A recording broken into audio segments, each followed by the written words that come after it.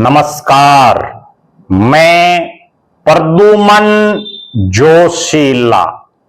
हरियाणा प्रदेश में विधानसभा के चुनाव को 1/3 समय लगभग बीत गया है और इस मर्तबा बहुत से नेता पिछले 20 महीनों से लगातार जिस विधानसभा इलाके से उन्होंने चुनाव लड़ा उसमें हारने के बावजूद भी सक्रिय हैं और उन नेताओं को बड़ा जबरदस्त रिस्पॉन्स मिल रहा है अब जनता का, क्योंकि 2024 का जब विधानसभा चुनाव हुआ तो उस समय परिस्थितियां कुछ अलग थी।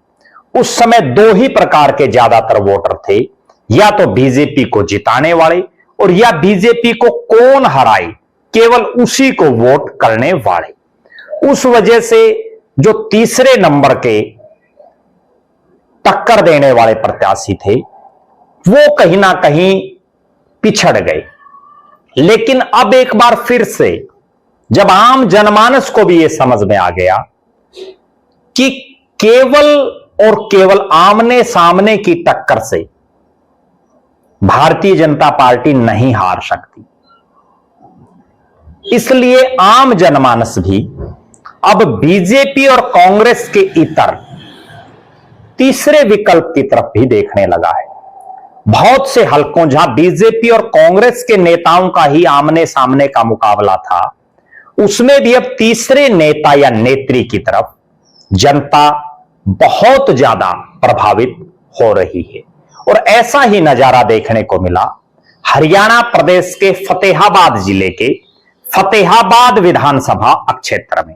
जी हां, फतेहाबाद विधानसभा क्षेत्र जिसमें ग्रामीण इलाका भी है और शहरी इलाका भी। इस इलाके में इंडियन नेशनल लोकदल की महिला विंग की प्रदेश प्रभारी सुनैना चौटाला ने इंडियन नेशनल लोकदल प्रत्याशी के तौर पर चुनाव लड़ा। खूब मेहनत की, लगातार कई सालों तक वो इस हलके में दिन रात जुटी रही। लेकिन जैसा मैंने कहा कि जब चुनाव ही दो ध्रुवीकरणों में बट करके रह गया तो उसका कहीं ना कहीं खामियाजा इतनी जबरदस्त मेहनत करने के बावजूद सुनैना चौटाला को भुगतना पड़ा। लेकिन अब लोगों को भी वो समझ आ गई। अब उन्होंने जिनको जिताया या जो 2 नंबर पर रहे उनके बारे में भी जनता को पता चल गया कि जनता का अपना कौन है। और यही सब नजारा देखने को मिला सुनैना चौटाला के लगातार 4-5 दिन जो कार्यक्रम चले फतेहाबाद विधानसभा क्षेत्र में। अलग अलग गांवों में वो गई, कोई जनसभा का कार्यक्रम नहीं, कोई लंबी चौड़ी तामझाम नहीं, केवल चाय पानी के कार्यक्रम। और उन चाय पानी के कार्यक्रमों में सैकड़ों की तादाद में लोगों का उमड़ना यह दर्शा रहा है कि फतेहाबाद की जनता 2024 में उन्होंने जैसा किया उस पर अब सोच रही है। और यही कारण है कि सुनैना चौटाला के कार्यक्रमों में बड़ी भारी तादाद में मातृशक्ति महिलाएं तो पहुंच ही रही हैं, बुजुर्ग भी आशीर्वाद देने के लिए पहुंच रहे हैं। भारी तादाद में युवा इंडियन नेशनल लोकदल को मजबूत करने के लिए लगातार मेहनत कर रहे हैं।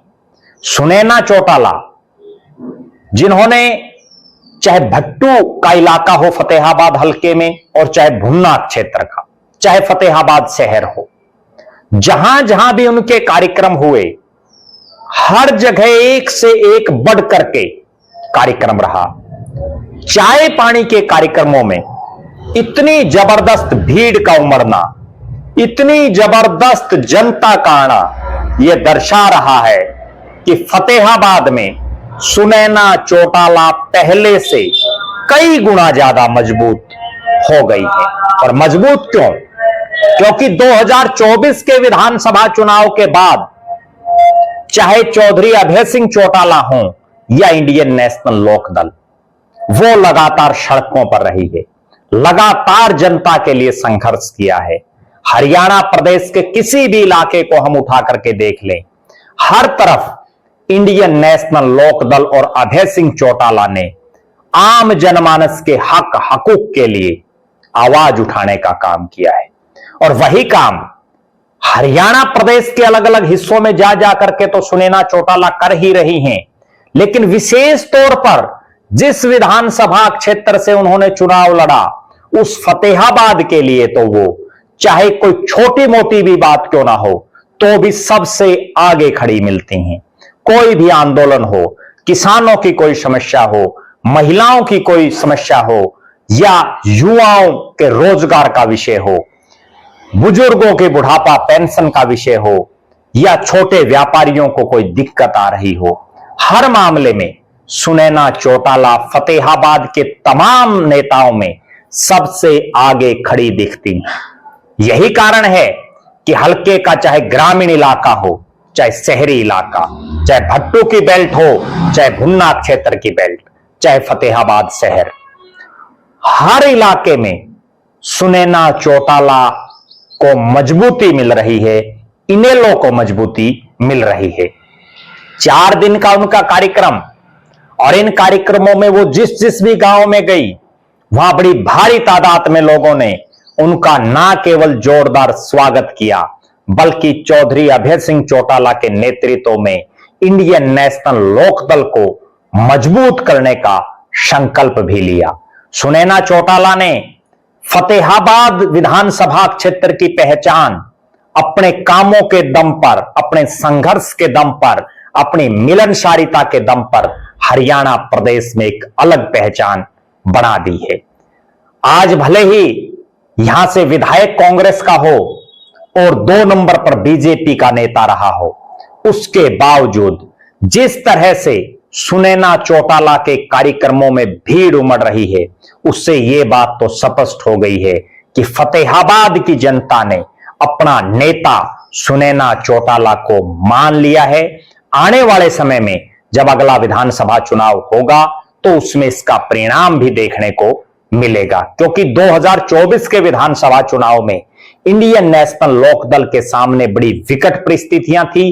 लोग समझ नहीं पा रहे थे उन बातों को। समय के साथ जब लोगों की आंखें खुली तो उनको भी समझ में आया कि काश अगर वो सुनैना चौटाला को बम्पर वोटिंग करते तो जो सुनैना चौटाला आज सड़कों पर उनके हकों के लिए लड़ रही है वो प्रदेश की विधानसभा में उनकी आवाज उठाती। बहरहाल 2024 का समय बीत गया, लेकिन पिछले 20 महीने की मेहनत और इन 4 दिनों में जो कार्यक्रम सुनैना चौटाला के हुए उन्होंने ये स्पष्ट कर दिया कि फतेहाबाद विधानसभा क्षेत्र में भविष्य में सुनैना चौटाला एक बड़ी नेत्री के तौर पर तो उभरेंगी ही, साथ ही इस विधानसभा क्षेत्र की जनता का प्यार, साथ, सहयोग, आशीर्वाद उनके साथ खड़ा रहेगा। बहरहाल सुनैना चौटाला भीषण गर्मी, जब ज्यादातर नेता अपने एसी कमरों में बैठे हैं, ज्यादातर नेता जब केवल सोशल मीडिया पर बयानबाजी तक सीमित हैं, ज्यादातर नेता जो भीषण गर्मी में ऐसो आराम फरमा रहे हैं, उस हालात में सुनैना चौटाला गांव गांव जाकर के चौधरी देवीलाल के द्वारा दिखाए गए रास्ते पर चलते हुए इंडियन नेशनल लोकदल को मजबूत कर रही हैं। जिस तरह से सुनैना चौटाला फतेहाबाद में मेहनत कर रही हैं, भीषण गर्मी में पसीना बहा रही हैं और इस कड़ाके की भयंकर तपत में लोगों के हक हकूक की आवाज उठा रही हैं, वो उनकी मेहनत आने वाले समय में जरूर रंग लाएगी। आप दर्शकों का क्या मानना है? सुनैना चौटाला के राजनीतिक भविष्य को लेकर के आप क्या मानते हैं? जिस ढंग से सुनैना चौटाला फतेहाबाद विधानसभा क्षेत्र में मेहनत कर रही हैं, उसको आप किस नजरिए से देखते हैं? और आने वाले समय में सुनैना चौटाला को राजनीतिक तौर पर जो प्रदेश की एक बहुत ही मजबूत महिला नेत्री के तौर पर उभरी हैं, उनको लेकर के अपनी बेबाक राय आप जरूर रखें। बहुत बहुत धन्यवाद। आपका अपना प्रद्युमन जोशीला।